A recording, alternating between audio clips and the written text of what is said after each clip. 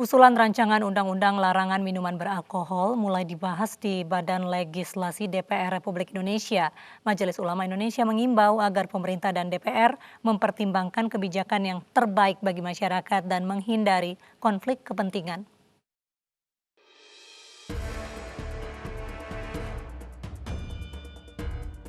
Pembahasan rancangan undang-undang terkait larangan minuman beralkohol terus tertunda sejak 2015. Di tahun 2020, rancangan undang-undang ini masuk ke prolegnas prioritas. Pelaku usaha pariwisata di Bali menolak adanya rancangan undang-undang minuman beralkohol yang sedang digodok DPR. Tidak hanya pengusaha tempat makan dan minum, namun juga petani yang menjadi produsen minuman fermentasi khas Bali. Bisnis pariwisata yang kebanyakan target pasarnya adalah wisatawan mancanegara juga terancam karena minuman beralkohol menjadi favorit wisatawan luar negeri. Para petani produksi minuman fermentasi dan atau destilasi di Bali itu akan sangat rugi karena mereka mata pencahariannya ada di situ. Mungkin ada hampir di daerah Karangasem itu sampai 90% warganya itu memproduksi minuman beralkohol. Kemudian kerugian untuk pariwisata itu sendiri, kalau mereka tidak ada minuman beralkohol, berpotensi mereka juga tidak akan mengunjungi Bali. Karena mereka yang senang minum itu, mereka tidak akan datang. Sementara itu, Sekretaris Jenderal Majelis Ulama Indonesia Anwar Abbas meminta pemerintah dan DPR RI untuk dapat mempertimbangkan kebijakan terbaik bagi masyarakat dan tidak tunduk pada keinginan pedagang. Dan kita tidak bisa menutup mata bahwa hampir 90% rakyat dan penduduk negeri ini adalah beragama Islam. Dalam ajaran agama Islam sudah jelas yang namanya khamar dan minuman keras itu itu adalah terlarang. Tentu saja mungkin ada pengecualian ya. Dan Majelis Ulama Indonesia meminta supaya pengecualian itu betul-betul dilakukan dengan seketat-ketatnya gitu. Nah, sehingga dengan demikian rancangan undang-undang ini kalau diundangkan dia akan bisa diterima.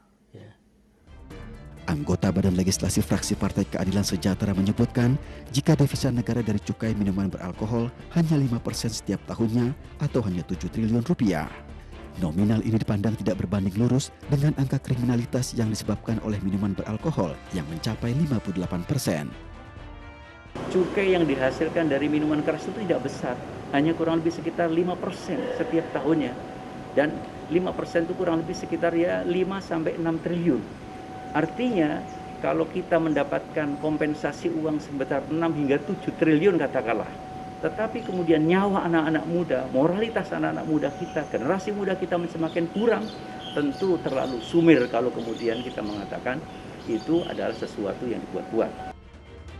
Rancangan undang-undang terkait larangan minuman beralkohol masih terus dikaji dan dibahas untuk diundangkan. Tim Liputan iNews melaporkan. Pembahasan mengenai rancangan undang-undang larangan minuman beralkohol menyita perhatian publik. Pro dan kontra muncul seiring pembahasan aturan terkait minuman alkohol di Indonesia. Aku sih nggak setuju ya, maksudnya kayak kan udah ada peraturannya juga kan, ada regulasinya kayak alkohol tuh nggak boleh dijual bebas. Terus kalau misalkan, maksudnya ya nggak sebebas dulu lah yang istilahnya minimarket juga bisa beli. Kalau sekarang kan udah ada regulasinya. Jadi ya buat apa dilarang-larang lagi gitu. Toh kalau misalkan sekarang udah ada regulasinya juga yang beli juga udah ngerti lah gitu alkohol tuh untuk apa gitu. Kalau saya sih kurang setuju dengan rancangan undang-undang tersebut karena kan masih ada lagi undang-undang yang lebih penting di masa PSBB ini. Mungkin untuk itu pembahasannya yang lain dulu dah. Itu juga kan minuman beralkohol salah satu merupakan pajak yang terbesar juga gitu loh.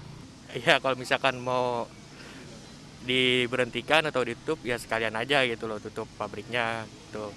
Kalau saya sih setuju, gunanya kan untuk anak-anak kan banyak juga yang mencoba-coba dan nggak tahu efek sampingnya kayak gimana.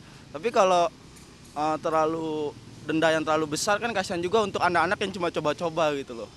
Takutnya dampaknya lebih parah ke orang tua. Kan lebih baik diperjelas dulu hukumannya apa, dan setiap tingkat peminumnya itu berbeda hukumannya gitu. Kan banyak juga anak kecil yang di bawah umur bahkan ada. Kalau misalkan akan disahkan, aturannya itu harus jelas dulu targetnya kemananya.